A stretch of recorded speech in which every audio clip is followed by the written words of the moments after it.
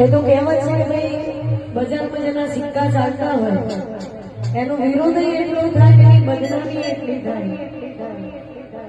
અને ખાસ કે મારે બાબા ઠાકોર મેહુલ સોનાની